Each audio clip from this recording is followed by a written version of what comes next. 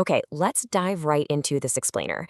And man, we are tackling what honestly might be the most ambitious, yet wildly minimalist piece of text ever written about the past. Usually when we study history, we're digging into massive volumes, right? Countless data points, these sprawling, intricate narratives that take weeks to fully unpack. But today, the source material we're analyzing is, well, it's completely different. It literally challenges everything we expect from a historical document. We're going to look at a piece that claims to cover absolute totality, but it does it with just breathtaking brevity. Just think about the sheer scale and the sheer weight of the claim being made right out of the gate here. The entire history of the United States of America. I mean, it doesn't say a brief history. It doesn't say a partial history or, a quick overview. It claims the whole shebang. The audacity of this document is absolutely off the charts. And as we unpack exactly how it delivers on this crazy promise, you're going to see why this is such a fascinating piece of conceptual record keeping. Section 1, the ultimate ambition, grasping the impossible. So we're kicking things off by just looking at the sheer ambition required to take a massive, complex nation and squish it down into a singular concept. This source material doesn't just aim for one specific era or a single event. It boldly claims to represent absolutely everything that has ever happened. Just think about what all of it actually entails. When a writer sets out to capture an entire history, they're basically making a promise to you, the reader, that literally no stone will be left unturned. It's this vow of absolute completeness. And honestly, this isn't just ambition. It's a massive structural choice that defines the entire framework of the excerpt we're exploring today. Section 2, defining the entire history, deconstructing the phrase. Let's actually slow down for a second and deliberately break down the specific, really heavy words chosen here. Starting with the very first massive pillar of this claim, think about the philosophical weight of the word entire as it's used in this context. It implies a staggering, almost impossible commitment to leaving absolutely nothing out of the narrative, right? Entire means whole. It means completely undivided. It means zero omissions. If even a single microsecond of time is left out, well, the word entire completely collapses. By going with this specific word, the author has kind of painted themselves into this fascinating linguistic corner, basically requiring absolute perfection in their coverage. And now we combine that with the second pillar. By slapping the word entire right next to history, the text takes on the immense burden of carrying the weight of an unbroken, endless series of past events. History isn't just a static object, it's this flowing river of causality, human experience, and time.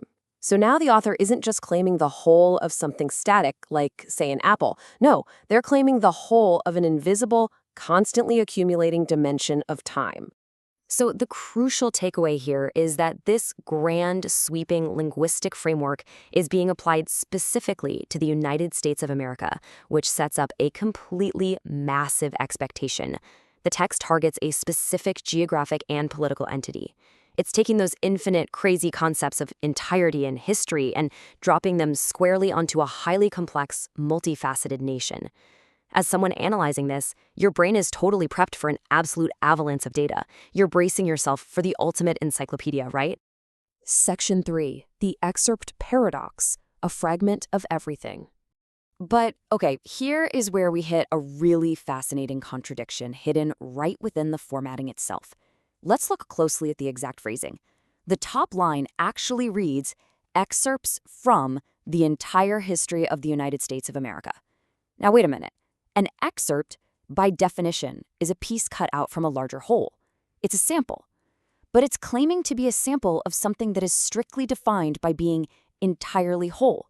It's a stunning paradox right out of the gate. I want you to really think about this paradox and the dramatic irony of presenting an excerpt of something that is defined by being totally complete. I mean, it's like if you take a slice of a pie, you no longer have the entire pie, right? So if the document is offering us an excerpt of the entire history, does the history actually remain entire? This brilliant structural tension is exactly what makes this explainer so incredibly exciting, because the text is playfully breaking the very rules of logic that it just established. Section 4, a singular focus, the loop of history. Which brings us to the actual content provided, and this forces us to confront a highly conceptual, almost dizzying repetitive loop. Notice how the text offers zero traditional dates. No figures, nothing like that. Instead, it just loops right back on itself, presenting the monumental title as the entirety of the content. This is the big reveal. The header tells us we are about to read excerpts from The Entire History of the United States of America, and the content that immediately follows is exactly that phrase repeated, The Entire History of the United States of America. That's it. That is literally the entirety of the document. The title is the text, the promise is the delivery. It's this perfect closed loop of information. The text basically takes the reader on an incredibly brief conceptual journey, moving immediately from the promise of a historical fragment to just delivering the overarching concept right back to us. Look at how incredibly efficient this is. In step 1, the excerpt builds this unimaginable anticipation. Then, in step 2, it fulfills that anticipation not with endless, boring pages of data, but by reflecting the concept right back at the viewer, almost like a mirror. It forces the reader to supply all the historical meaning themselves. Section 5. The unwritten narrative. What is left unsaid? Because the text relies entirely on its own title rather than giving us any facts, we really have to engage in this meditative reflection on what it actually means to summarize a whole nation without using a single historical detail. The complete and total absence of names, dates, or places in this source acts as a brilliant, almost avant-garde statement, effectively turning the blank space itself into the history.